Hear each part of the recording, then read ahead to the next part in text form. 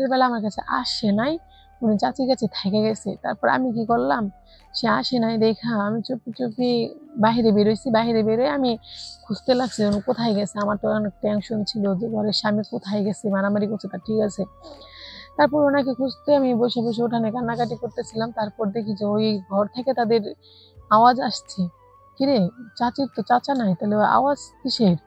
তারপর আমি তো কি করছি, ওদের দরজার কাছে আমি আস্তে আস্তে গিয়ে কান পাচ্ছি। কান পাতলে তো দেখি যে এরকম একটা আওয়াজ হচ্ছে। তারপর আমার কিন্তু কেমন যেন একটা সন্দেহ লেগে গেছে। সন্দেহ লাগলে পরে আমি আমার শাশুড়ি আর শ্বশুর আর কয়েকজনের আস্তে আস্তে গিয়ে ডাক দিছি। ডাক দিয়া নিয়ে আসছি। নিয়ে আসার পরে আমি তাদের দরজার কাছে গেছি। আমার শাশুড়ি তাকে আবার ডাক দিয়ে তুলছে। তোলার পর দেখে যে আমার স্বামী আর আমার চাচি শাশুড়ি একই সাথে, ওনারা আর কি এরকম বেহেতে শুয়ে আছে যে আমি আপনাদেরকে বলতে পারবো না। ওরকম অবস্থায় তাদেরকে সবাইকে দেখা আমরা তো সবাই অবাক হয়ে গেছি। তারপরে এখন কি হবে এরকমটা হচ্ছে। তারপরে আমার শাশুড়ি আমার চাচি শাশুড়িকে বললো, কিরে তোর স্বামী মারা গেছে কিছুদিন আগে, তুই কি অন্য কোনো মানুষ পাইছিলি না? তোর ছেলের মতো একটা বাচ্চা, ওনার সাথে তোর এইসব সম্পর্ক করার কোনো দরকার ছিল?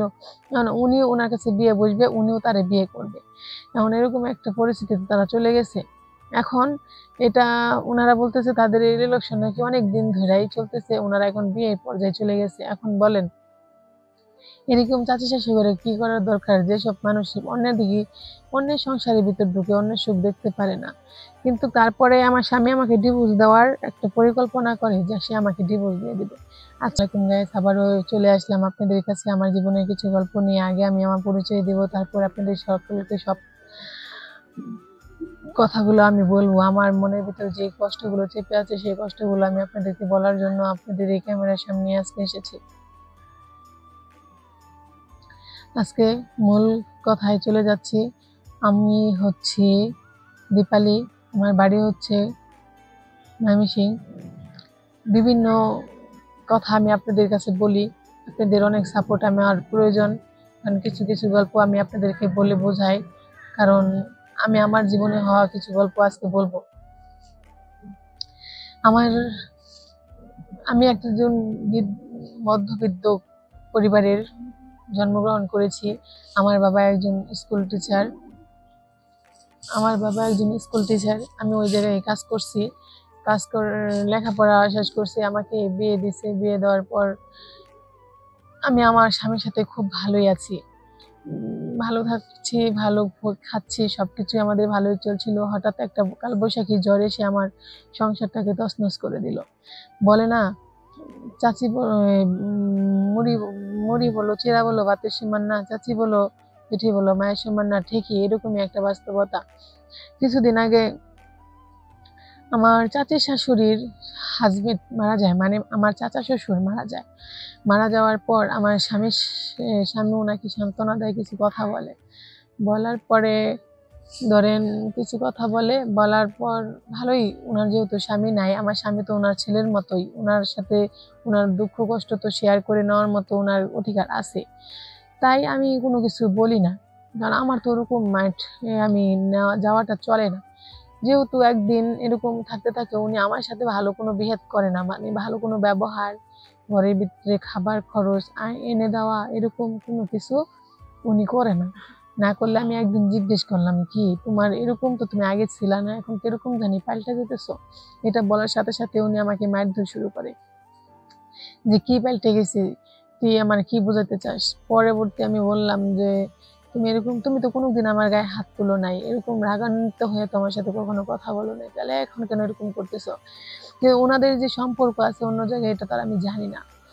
পরে আমি তার সবকিছু ব্যবহারে কিরকম জানি একদিন আমার সবকিছু অদ্ভুত অদ্ভুত লাগে। আমি ওনার দিকে নজর রাখতে শুরু করলাম। যে মানুষ আমাকে কোনোদিন মুখ কালো করে একটা কথা বলে না আমি কষ্ট পাবো বলে, সেই মানুষ আমার গায়ে কিভাবে হাত তুলে? তারপর আমার একটা প্রশ্ন জাগতে থাকে, আমি তার ইশারায় চলতে থাকি, ওনাকে আমার চোখে চোখে রাখতেও থাকি, দেখি ওনার কি অবস্থা, কেমনে কি হয়। হ্যাঁ, অন্য কোনো জায়গায় যায় না, শুধু চাচির কাছে যায়। চাচির সাথে তো আমি ওরকম কোনো মাইন্ড করি না।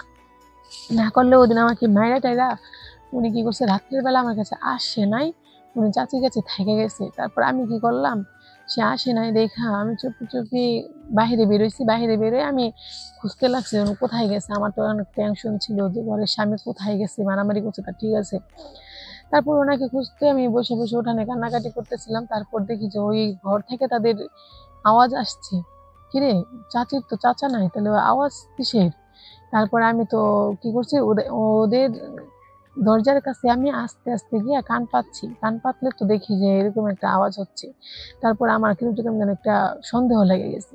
সন্দেহ লাগলে পরে আমি আমার শাশুড়ি আর শ্বশুর আর কয়েকজনের আস্তে আস্তে গিয়ে ডাক দিছি। ডাক দিয়া নিয়ে আসছি। নিয়ে আসার পরে আমি তাদের দরজার কাছে গেছি। আমার শাশুড়ি তাকে আবার ডাক দিয়ে তুলছে।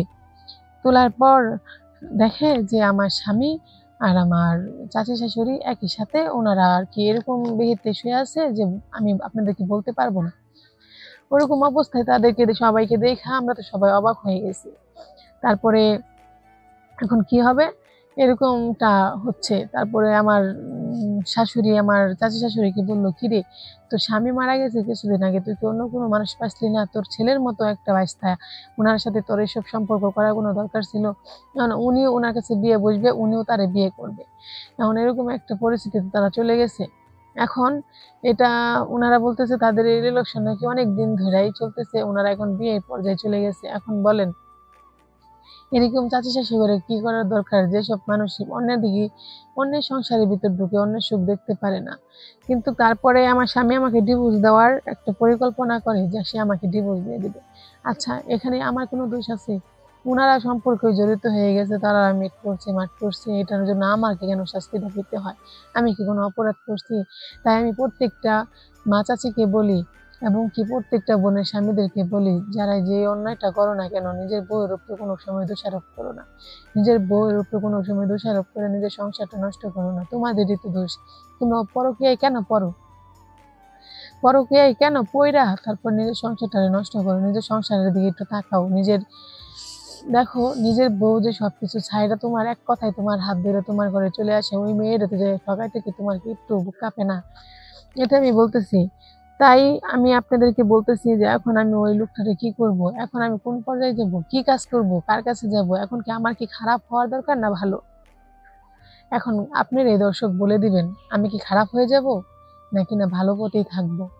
যদি ভালো পথে থাকি তাও আমাকে ভালো কোনো ডিসিশন দেন যাতে আমি ভালো হতে পারি। আর যদি খারাপ পথে আপনারা যেতে বলেন তাহলে আমিও খারাপ পথে যাব, পরকীয়ায় লিপ্ত হব, নিত্য নতুন মজা পাবো, সব কিছু নিয়ে আমি সুখে থাকবো। যদি আপনারা এটা বলেন আমাকে তাহলে আমি এটা করব। তাই আমি আপনাদের কাছে কৈফিয়ত করলাম, বিচার করলাম। যদি আমার ভিডিওটা ভালো লাগে অবশ্যই আমাকে শেয়ার করবেন, কপি লিঙ্ক করবেন আমাকে। আপনারা আমার পাশে থাকবেন সবসময়। এইখানে আমি আপনাদেরকে কথাগুলো বলে শেষ করছি। আপনারা সবাই ভালো থাকবেন, সুস্থ থাকবেন। আল্লাহ হাফেজ।